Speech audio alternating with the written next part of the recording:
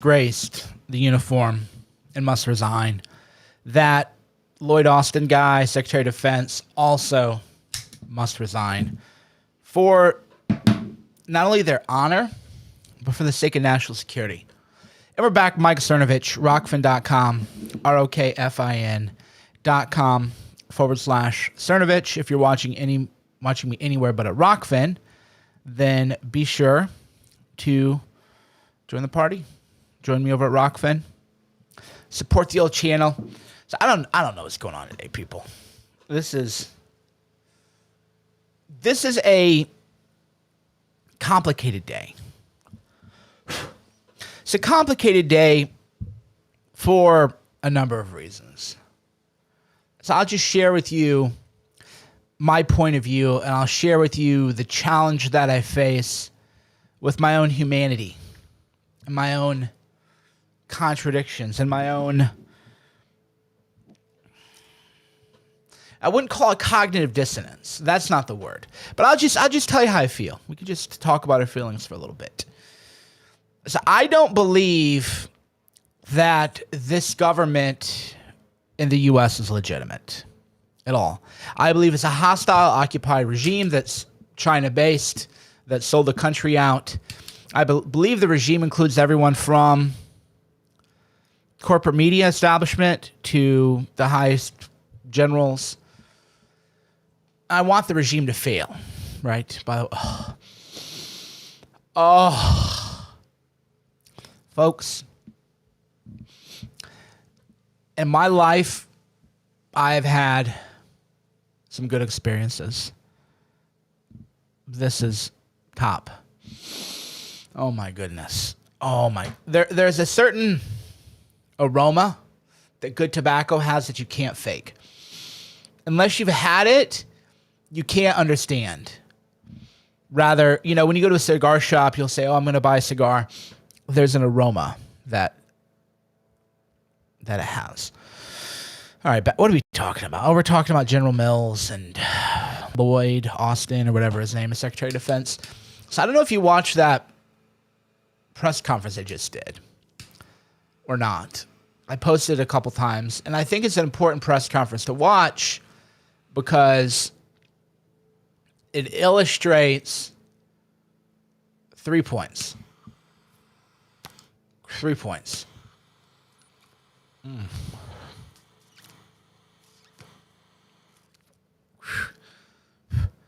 I know people are going to make Photoshop videos of me lighting a cigar. You know what? I don't even care. There's so many fake videos of me anyway. We'll just add them. We'll add to the collection. So the Secretary of Defense and the Chairman of the Joint Chief of Staff, General Milley, do this press conference. And it's the first time that anyone in the Biden administration has faced an adversarial media.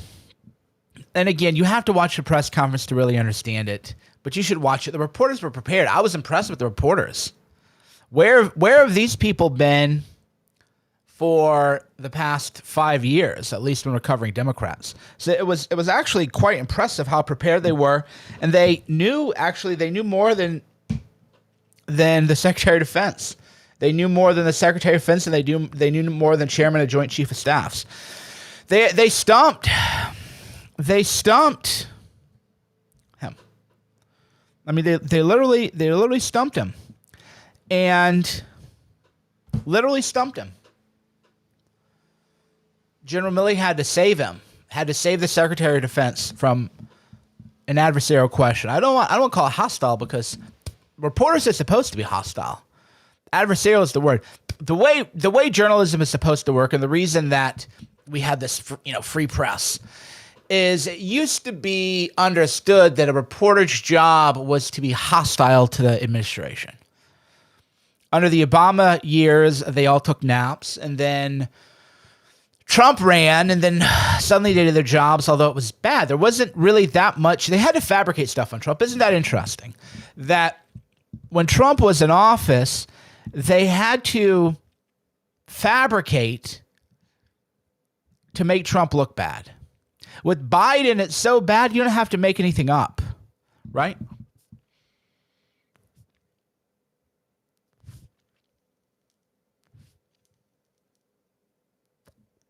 You don't have to make anything up, so they won't cover it.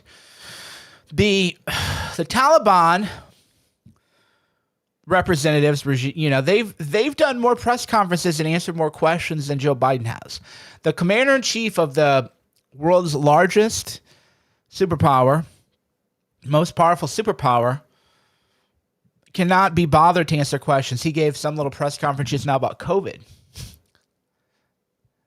So as Afghanistan falls, and we always knew it was going to fall, but it wasn't supposed to go down like this. Joe Biden is saying that he's going to use unlawful powers of his regime. Again, this is why it's a regime. In the United States of America, we're under a federalist system of government. States have autonomy.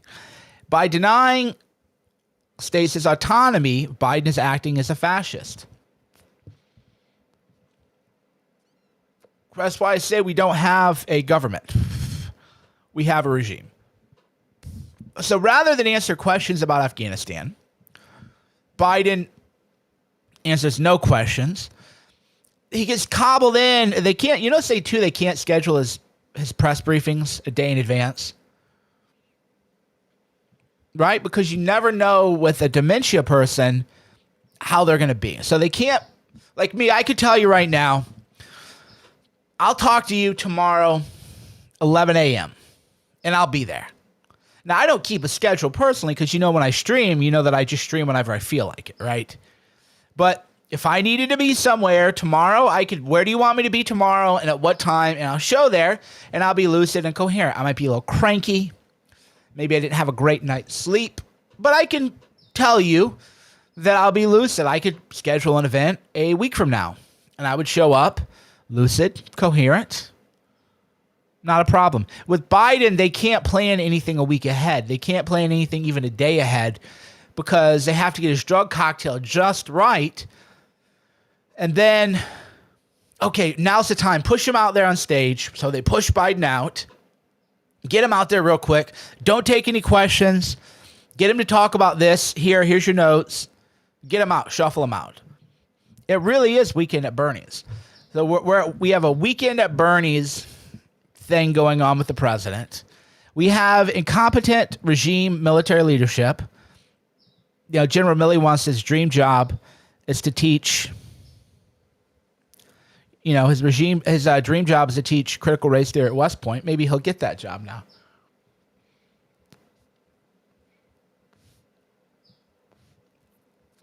Maybe he'll get it now. It's clearly what he wanted to do with his life. So they wheel Biden out, get his drug cocktail just right. Okay, everybody scramble, get Biden out there. Don't take any questions. But today, talk about COVID and DeSantis. Full court press, COVID, DeSantis.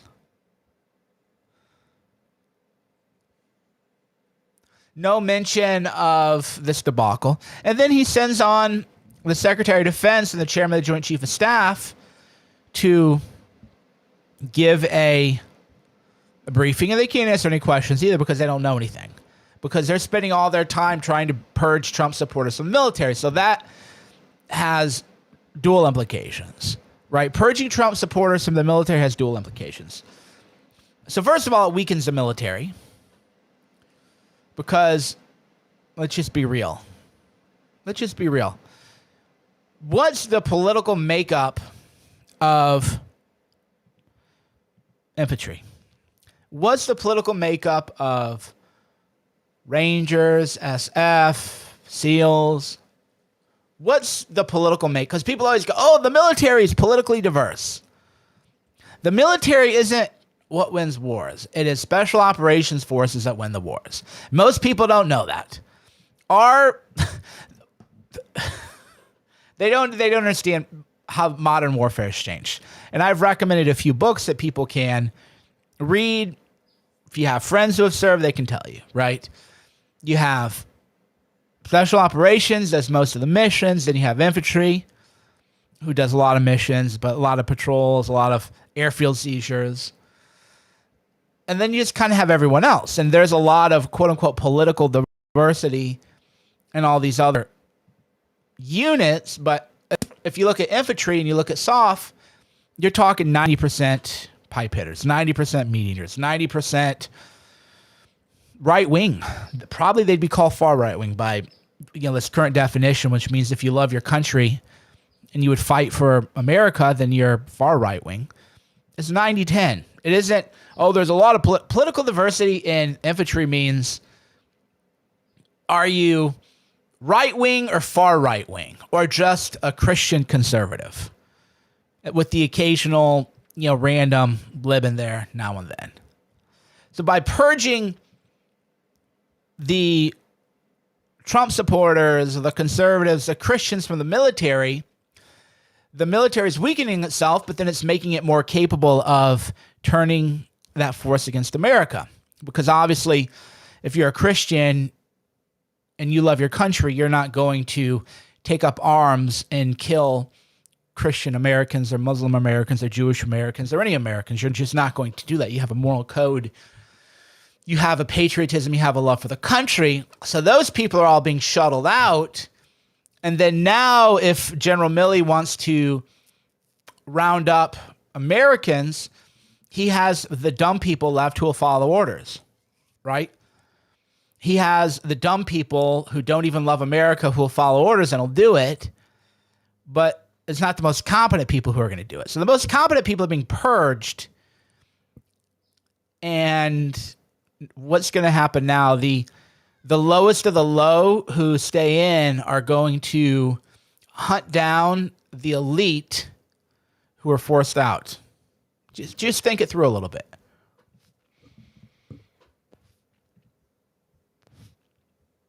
So someone said, depends on which branch, which role. No, Tucson, you don't know anything. You don't know anything, right? You don't know anything. You're blocked. Whenever I say something, people always go, depends. No, it doesn't depend. The political makeup of Army infantry, Marine infantry, there's a certain type who joins the infantry. And it isn't that they're even all white. There's a lot of Hispanics in infantry units.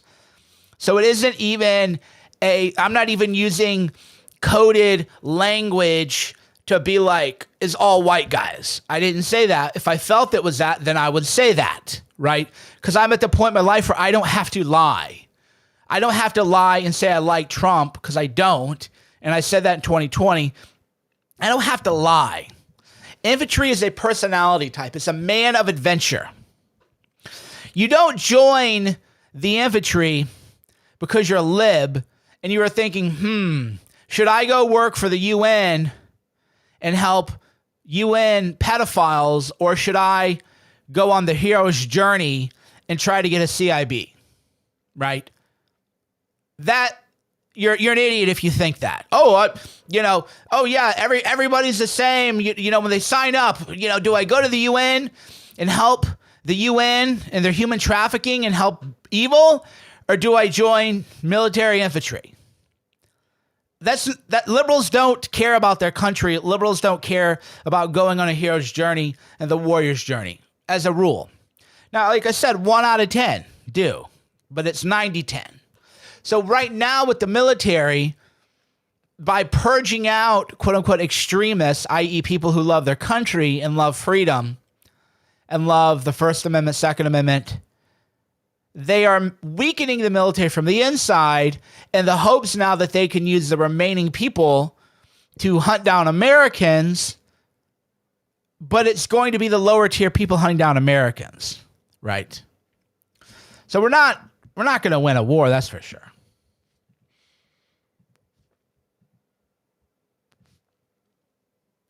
That's for sure. The days of winning wars are over.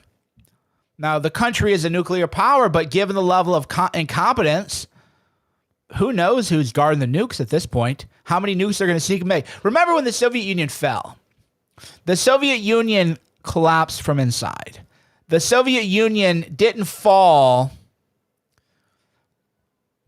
because there was a war and guys lined up and shot at each other and ran at each other in tanks and bombs. No.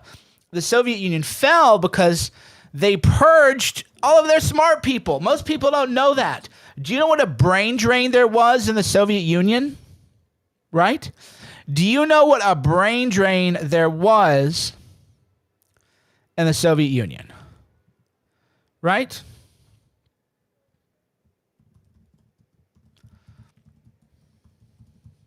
It was a huge brain drain.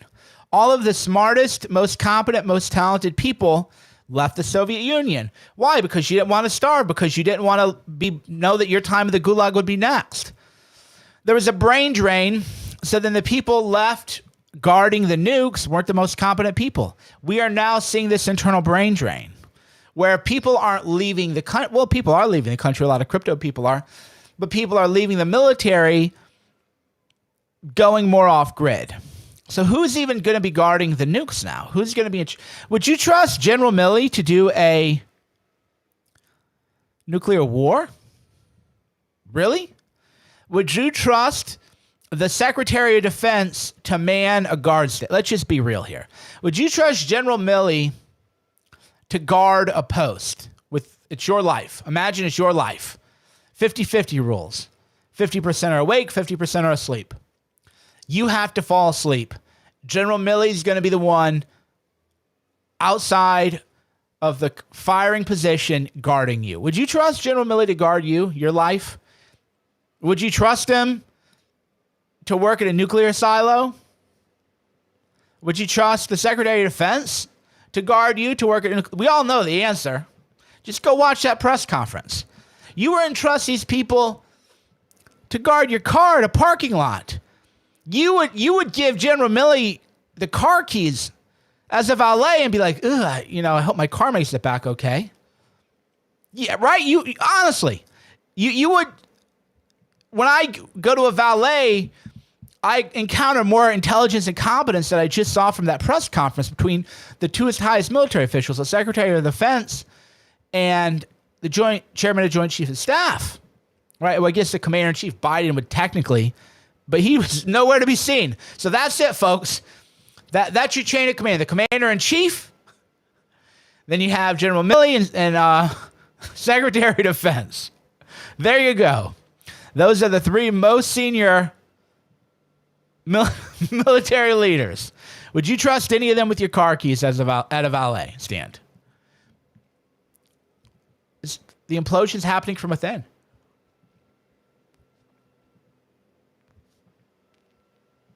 How then can I be so optimistic? Because I hear this a lot from my own wife. My own wife says, babe, I don't understand. You keep saying all of these bad events are going to come to pass, and you're right, they all come to pass. And then you say that now is the best time in the history of the world to be alive. How can both be true? Well, if you believe, as I do, that America still has the greatest people in the world, they do. It's the regime that you have a problem with. It isn't your fellow Americans you have a problem with, other than some, Antifa terrorists and the corporate media propagandists who are part of the regime. Let's just be real, right? Turn off the TV for a moment and just live your life. COVID's changed it now because that's what the regime is doing. They're trying to get people masked versus unmasked, vaxxed versus unvaxxed. But overall, America still has the best talent pool in all the world. The talent pool, though, isn't rising. The cream is no longer rising to the top because of this regime. Do you think Anthony Blinken, the Secretary of State, is the best of the best?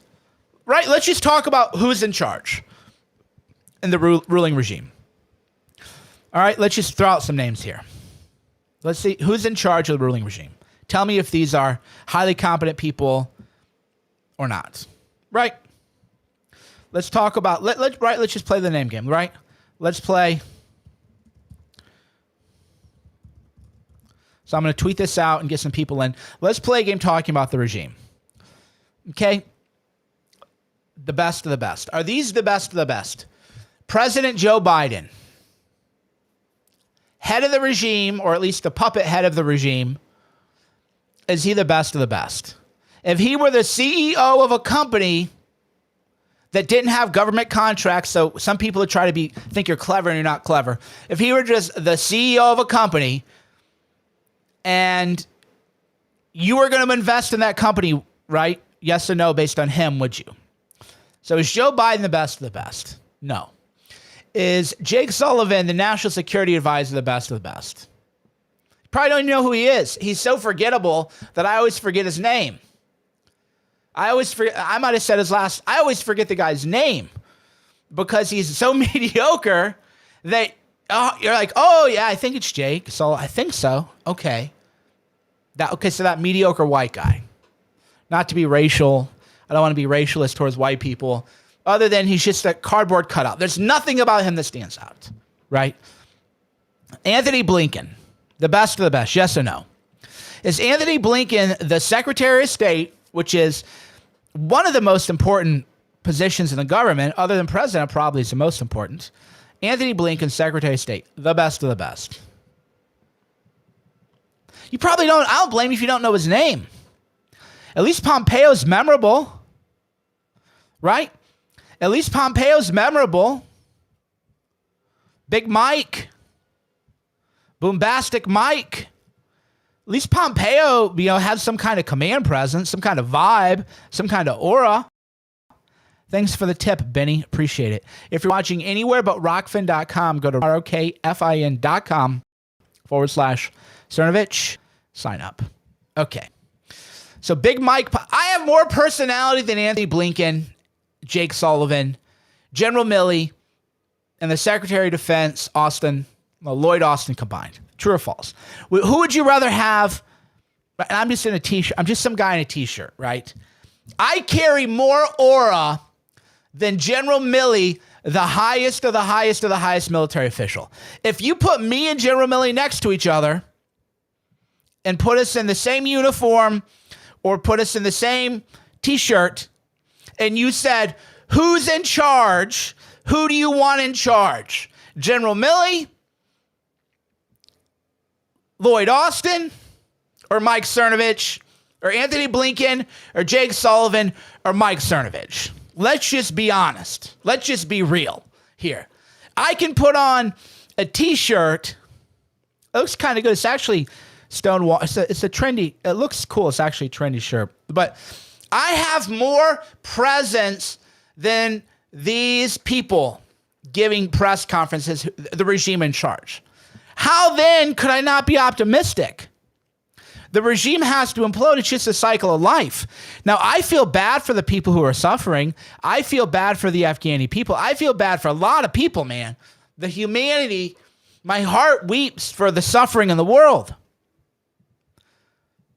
And so it's easy for me to say, well, suffering is a natural part of the evolution. It's easy for me to say, with all of my good looks and intelligence and physical prowess, it's easy for me to just say, well, the world has to suffer. I'm not that guy. I'm not the guy detached from humanity because we're all one with God. Okay? So I'm not saying that. I'm telling you that it's a natural evolution, though. I'm not saying it's a good thing. I wish it could be avoided. Right? Just like I have to do cardio today. Wish I didn't have to. Right? Wish I didn't have to ride the bike today. Right? I'm sore. Did 2 workouts yesterday. Wish I didn't have to. But I have to. It's just a natural state of affairs. You have to take care of your body. So it's natural that the incompetent regime is going to implode and collapse on itself, and then the competent people will come back.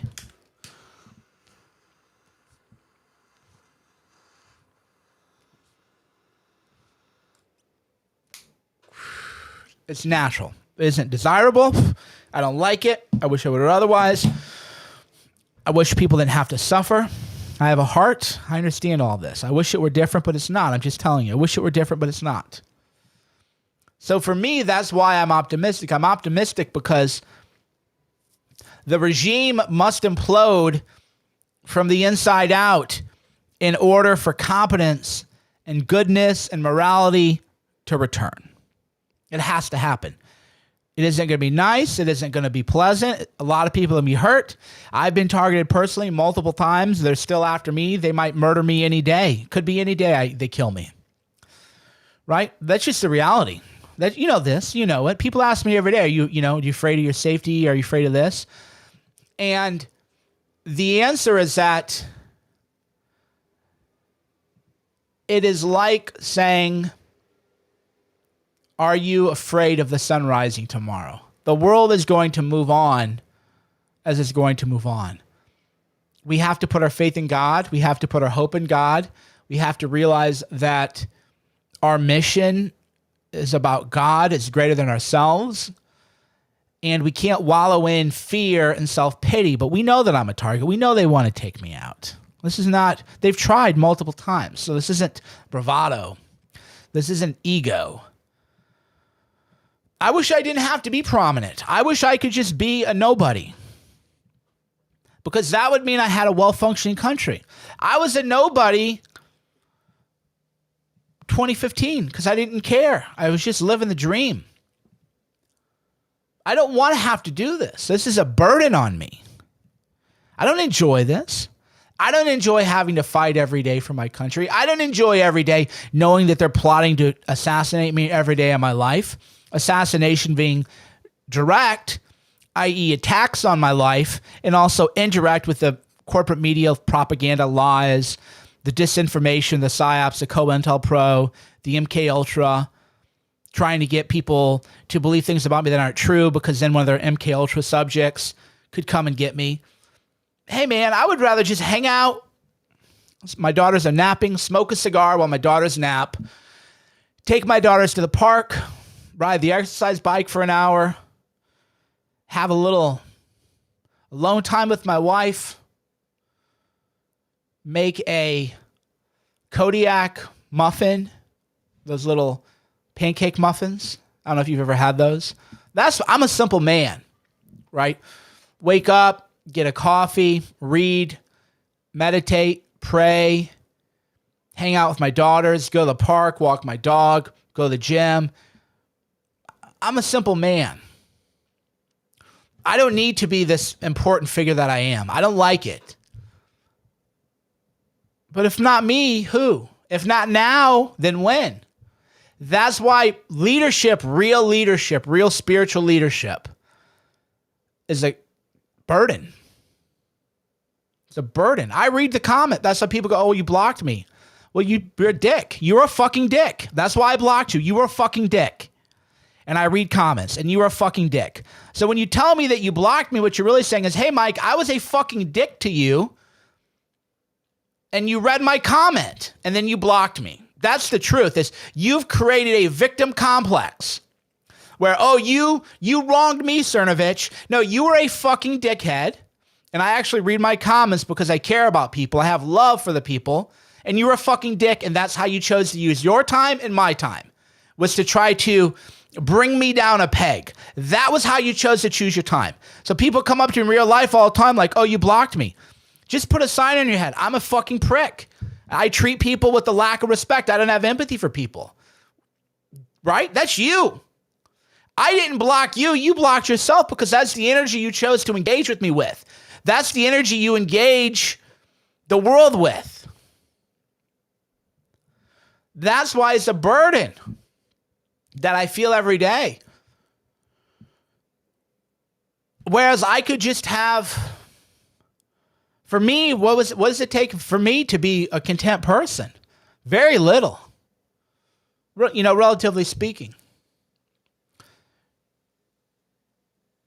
But if I did nothing, then I would be forsaking the spiritual work that must be done, because when people are rude to you, that's part of the spiritual work. That's God telling you, do you want to be like that person who engages with you in that way? And you think, maybe not. God is showing you a message via those people, but that's a burden. It's the spiritual work you do. So if I just retreated into my own world and read books and audio, I can just be entertained by myself. You people wouldn't believe it. How easy I can entertain myself. I could just sit. This is what I do. I could just sit in my office, smoke a cigar, listen to an audio book, and that's that. And be in nirvana. But then I come in to do the spiritual work. I come in to do the work for my country. There are so many other things that I could do. That's why real leadership is a burden. But I think more people have to step up now and be leaders. That's why people go, why don't you do more, Cernovich? Why don't you do more? Right? I always get that. Well, why aren't you doing this, Mike? Why aren't you doing that, Cerno? What are you doing? Oh, I'm doing what are you doing from your anonymous Twitter account? Right? What do you actually do? What are you doing? Well, I'm doing. What are you doing? So don't worry about what I'm doing. In this age that we're entering into, this age of spiritual warfare, this age of good versus evil, you don't get to be a spectator.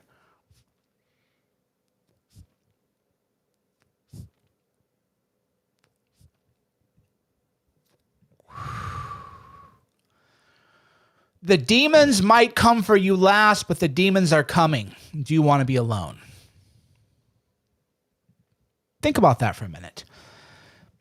If you hide out, the demons might come for you last, but they're coming for you and you'll be alone. That's why the regime and their power grab was premature. If I were part of the regime, I would have slowed things down. If I were part of the regime, I would have said, whoa, guys, we're being too obvious here. Right? If I were advising the regime, I would say, whoa, we're being way too obvious here. You're waking up way too many people. You want to freeze out people one by one. You gotta slow the roll a little bit. It's okay. It took the Taliban 20 years to establish the caliphate. The regime in the U.S., can't they wait 20 years to establish their demonic caliphate, their demonic government, their demonic means of control? But they couldn't wait.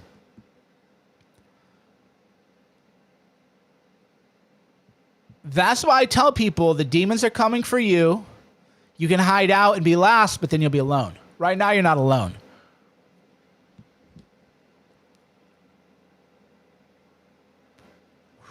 How much longer will this last? I don't know.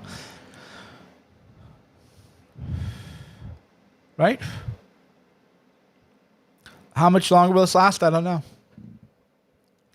But just sit with that energy for a little bit, right? And by the way, when I say these things, nobody's saying be drastic. I'm not saying quit your job and become a social media influencer. Quite the contrary. I'm saying keep your job, but you know what? You can leak information to whistleblowers, right? You can get information out. We need to keep you in these institutions. Getting information out, though. It's not enough to just hide in there, lay low, keep your head down. Lay low there, keep your head down, and then get the information out, right? Nothing classified, nothing like that. Again, I'm not saying put your head on the guillotine. I'm saying the opposite. Keep your head down, stay within these institutions.